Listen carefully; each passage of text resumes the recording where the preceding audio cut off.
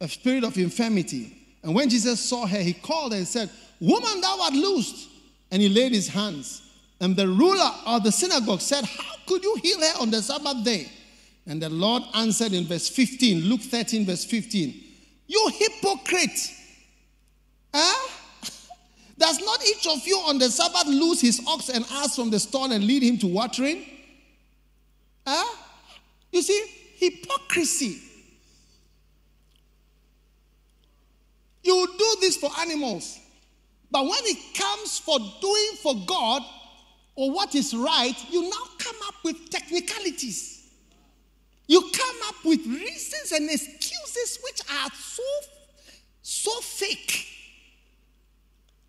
You see people traveling all over the world,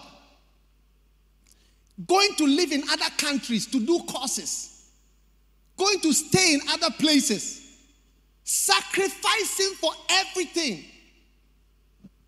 But when it comes to preaching, when it comes to giving, when it comes to supporting the work, you see people traveling with their families for funerals. 6 tickets, 4 tickets. 1 ticket, there's no ticket that's less than $1,000.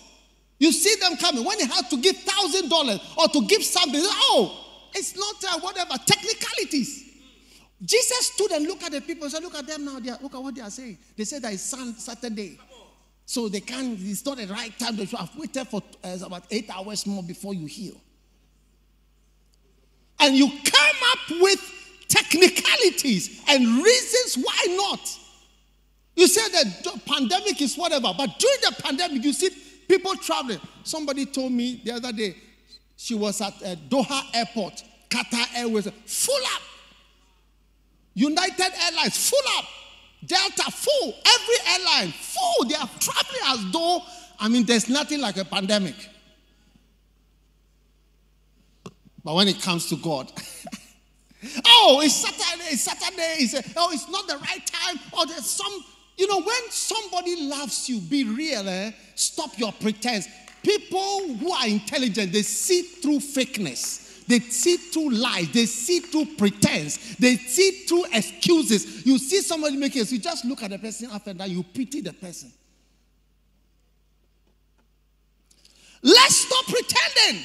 Look at us young people. You say you can't work for God at this time. You just came to church. What do you do? What do you spend your time doing? Your father sent you to school. Look at the things you do outside school. Some don't go to school. They don't go for lectures for the whole term. Just the last 2 weeks, they sit down and they learn to pass exams.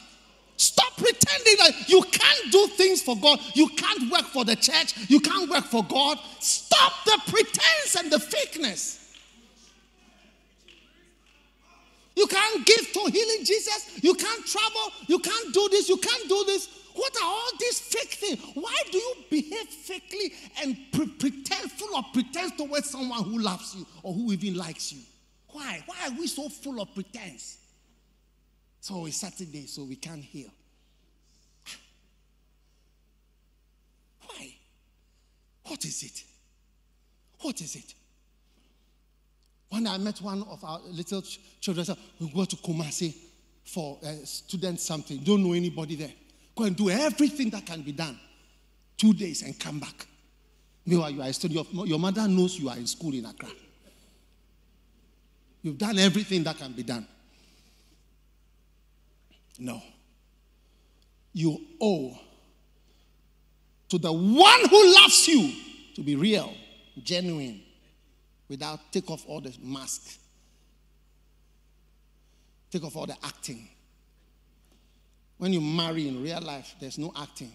The head will go off, this will go off, this will go, that your face is washed, whatever. All these things that are painful shoes will be off. Everything will be off. And just the you. Face to face. I said, well, face to face. John chapter 21. The burden of love is the burden to preach and the burden to teach. And Jesus in John 21, when he had finished breakfast, Jesus said to Peter, "Simon, me. It's about love. Do you love me? Do you love me? Is there love? Is there a love anywhere? And Simon said, yes. Then he said, feed, preach, teach. The burden of love is the burden that has fallen on us to get up and to speak the word, and to get up and to preach the word, to get up and to hold our breakfast meeting. It's a burden, it's a problem that has come to us to respond to the love that has been shown to us. That's the burden. That's the burden of love. Paul said to Philemon, I don't want to tell you how you owe even your life to me. The burden of love is the burden of your whole life. So he said to Philemon, I do not say how you owe me even your life, your very life also. You owe me your very life. Amen. Jesus said, do you love me? Do you love me? Do you love me? Philemon 1:17. Do you love me? Yes.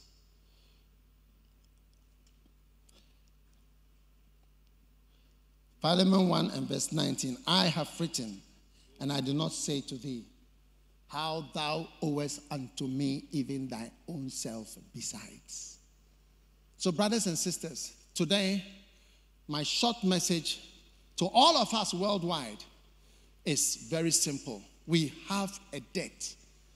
Yes, that's why, you remember Paul said, I'm a debtor to the Greek, and I'm a debtor to the Jew. I owe them. I owe. There's a burden. From today, be careful of those words, I love you. It has a lot of implications for you. What are you going to do because of the great love that has been shown to you? And so, to all of us who are watching, who are part of it, we owe our lives. We owe our children. We owe our money. We owe our energy. And if at all, we owe our support with our mouths and our hearts. That's all you can give.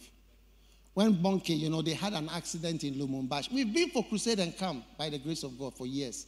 God has protected us. One day, Bonke went for a crusade and there was an accident in Lumumbashi.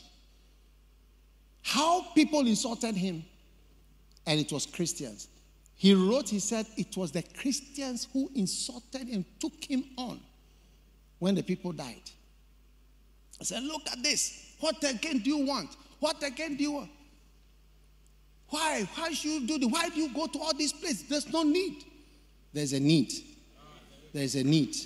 We have a burden. He loved us. He loved us with all his heart, and he gave himself for us. Someone said, but does this affect our personal lives? There's no church like this which is always doing shepherding. If you read what is shepherding, we've written how to care for people. And we are doing shepherding and caring for your lives all the time. But this focus must be our focus and must be the central theme in our heads and in our minds and our hearts.